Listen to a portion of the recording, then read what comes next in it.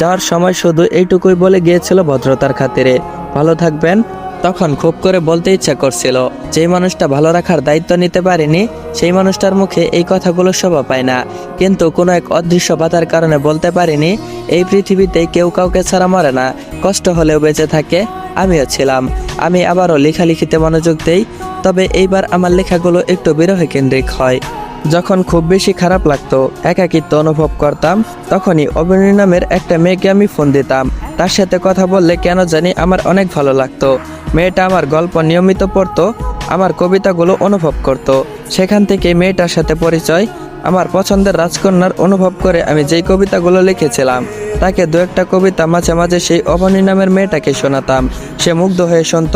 যেমনটা আমি আমার রাজকন্যাকে মুগ্ধ করতে চাইতাম, ঠিক তেমনভাবে সে মুগ্ধ হতো। একসময় বুঝতে পারলাম এই অবনী নামের মেয়েটার কারণে সেই নাদিয়া নামের মেয়েটাকে ভুলে গিয়েছি। তার কথা একদমই মনে পড়ে না আমার।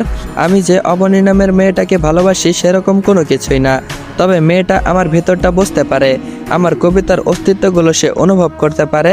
একদিন হঠাৎ করেই দেখি বইমেলায় আমার একটা কবিতা নামের একটা বই বের হয়েছে। আমি খুব অবাক হই, কারণ আমার লেখা কবিতাগুলো তো আমি কখনোই কাউকে দেইনি। তাহলে এটা কিভাবে হলো? তখন বুঝতে পারি অবনী নামের মেয়েটা আমাকে না জেনে তাকে শোনানো কবিতাগুলো বই আকারে বের করেছে। আমি যখন জিজ্ঞেস করেছিলাম আমাকে না জেনে এরকমটা করা উচিত হয়েছে কিনা, তখন সে একটু অভিমানে কণ্ঠে বলেছিল, আপনাকে বললে তো আপনি বই বের করতে দিতেন না। আমি চেয়েছি আপনার কবিতাগুলো মানুষ পড়ুক, মুগ্ধতা ছড়িয়ে পড়ুক চারদিকে। আমার কবিতার বইটা ভালোই সাড়া পায়। কোনোদিনও ভাবতে পারিনি পাঠকরা এতটা পছন্দ করবে আমার কবিতাগুলো। এসবের জন্য অবনী নামের মেয়েটাকে অনেক অনেক ধন্যবাদ জানাই। তার সাথে দেখাও করি। সে হয়তো 8-10টা মেয়ের মতো অনেক অনেক সুন্দরী না, তবে তার চেহারার মধ্যে এক ধরনের মায়া আছে। তার দিকে তাকালে চোখ ফিরিয়ে নেওয়া কষ্টকর। প্রায় 1 বছর পর একটা কুয়াশা ভেজা সন্ধ্যায় আমি ব্যালকনিতে দাঁড়িয়ে অবনী নামের মেয়েটার কথা ভাবছিলাম। মেয়েটা অনেক ভালোবাসে আমাকে। এই কয়দিনে অনেক ভালোবাসা দিয়েছে। আমার খারাপ সময়গুলোতে আমার পাশে থেকেছে। কে জানতো আর কয়েকদিন পর আমি তাকে বিয়ে করে নিজের করে নিব। আমি জানি সে বিয়ের পরেও আমাকে আগের মতোই ভালোবাসবে। এমন সময় হঠাৎ করে চেয়ে দেখি নাদিয়া এসেছে। এমন সময় তাকে একটু অবাক হলাম আর বললাম, এতদিন পরে?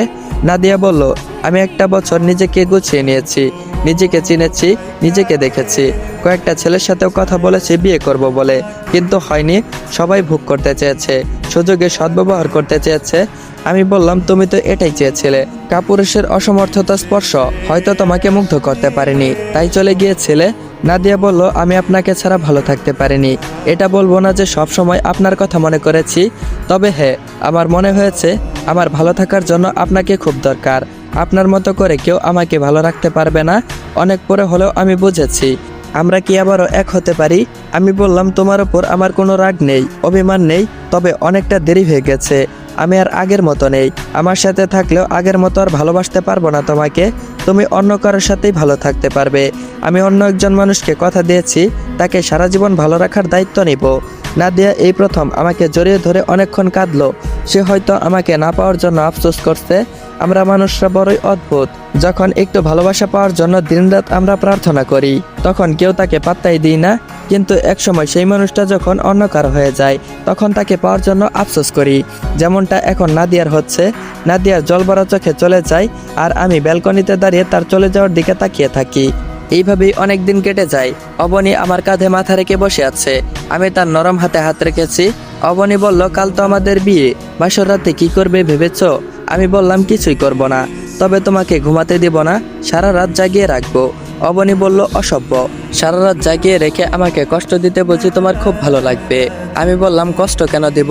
আমার লেখা কবিতাগুলো তোমাকে শোনাবো, যেগুলো আজ পর্যন্ত কাউকেই শোনায়নি। আমার স্বপ্নের রাজকন্যার জন্য জমা রেখেছি। অবনী বলল, আচ্ছা, আমি কি তোমার সেই স্বপ্নের রাজকন্যা? আমি বললাম, আমাদের বাসর রাতটা হবে অন্য সবার থেকে আলাদা, না ঘুমিয়ে কাটাবো, ইতিহাস হয়ে যাবে। এই রাতের গুরুত্বপূর্ণ কাজ বাদ দিয়ে জামাই তার বউকে কবিতা শুনিয়েছে সারা রাত। অবনী কিছু বলে না, আমাকে জড়িয়ে ধরে চুমু খায়। আমি বললাম, এটা কি করলে? অবনী বলল, কি করলাম? আমি বললাম, চুমু খেলে কেন? আর খেলেই যদি, তাহলে ঠোঁটো খেলে কি হতো? অবনী বলল, তুমি আসলে একটা অসভ্য। আমি তো এটাই চেয়েছিলাম, কেউ একজন ভালোবেসে অভিমানে কণ্ঠে বলুক, তুমি এত অসভ্য কেন? ভালোবাসার মানুষের জন্য একটু একটু অসভ্য তো হওয়াই যায়। আমারও এখন একটু অসভ্য হতে ইচ্ছা করছে, কিন্তু সাহস পাচ্ছি না। অবনী বলল, আমি কি বারণ করেছে নাকি?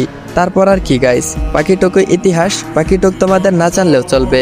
বিয়ে করলে এমনিতেই জানতে পারবে ইতিহাসটা কি। আর গাইস, আমিও বিয়ে করি নাই, তাই ইতিহাসটা কি জানি না, যার কারণে বলতে পারলাম না। তো গাইস, আজকের গল্পটা এইখানেই এন্ড করা হলো। তো আজকের গল্পটা তোমাদের কাছে কেমন লাগছে অবশ্যই কমেন্ট বক্সে জানিয়ে যাবা।